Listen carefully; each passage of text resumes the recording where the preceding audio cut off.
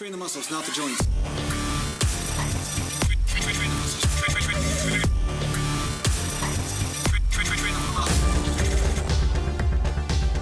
Welcome back to Natural Gland Bodybuilding, Mountain. And today I'm going to talk to you about strategically performing your exercises for a purpose.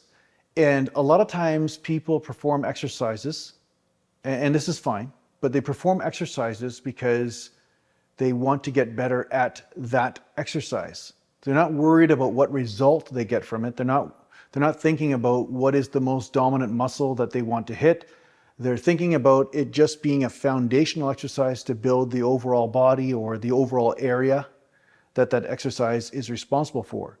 You know, deadlifts, for instance, you know, they build the lower back, they build the hamstrings, they build the traps, you know, and a lot of times people will just roll the dice and just see, you know, what happens by doing that movement.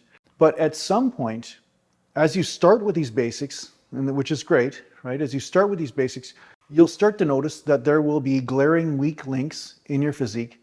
And because of this, you'll see that there may be some strategies that you need to apply in order to bring up some of those weak links. Because let's just face it, some exercises will work differently on some people than others.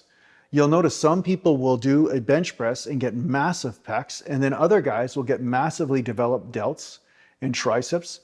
So the exercise is not flawed, but it will exert a certain amount of force in a certain way on different people depending on how they're built. So one exercise that I really noticed this with was the close grip bench, because I found a lot of people were doing close grip bench for triceps, but when I'd watch them do the close grip bench, they would feel compelled to go all the way down and all the way up.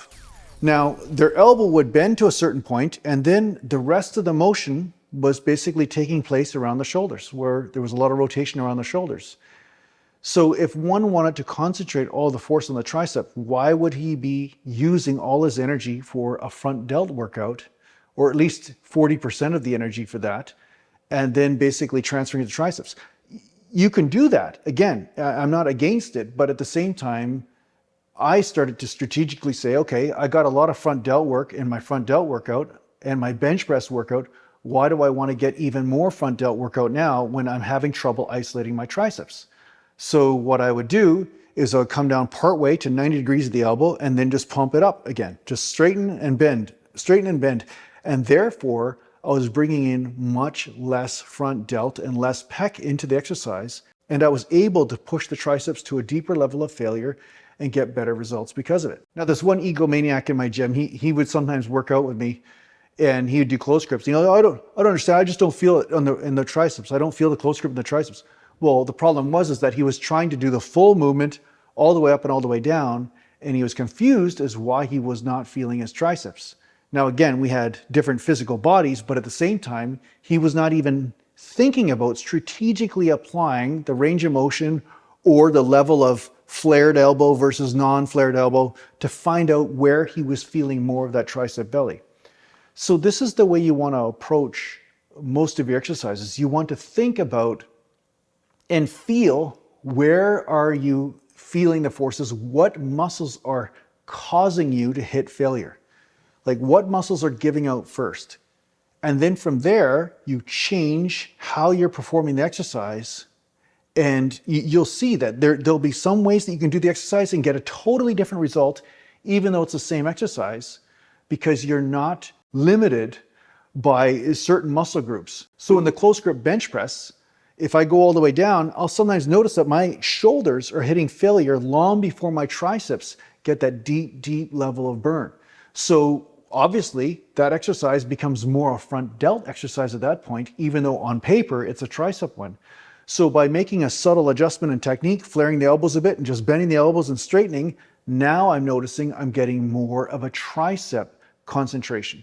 And that's really what I want in that case. So the same thing applies to squats, deadlifts, bench presses, you name it. It doesn't matter what exercise you're doing. Once you start concentrating the forces in a certain area, you're going to notice that you're getting a much different result just from a mild change in range of motion or a mild change in technique. And this is really what you want to pay attention to when you're bodybuilding, especially when you want to bring up certain body parts that might be lagging behind. So yeah, guys, I hope this helps you out in your training. Thanks a lot for watching. If you need to get a hold of me, just go to naturalglandbodybuilding.com, and thanks to the Patreon supporters, and take care for now. Mountain.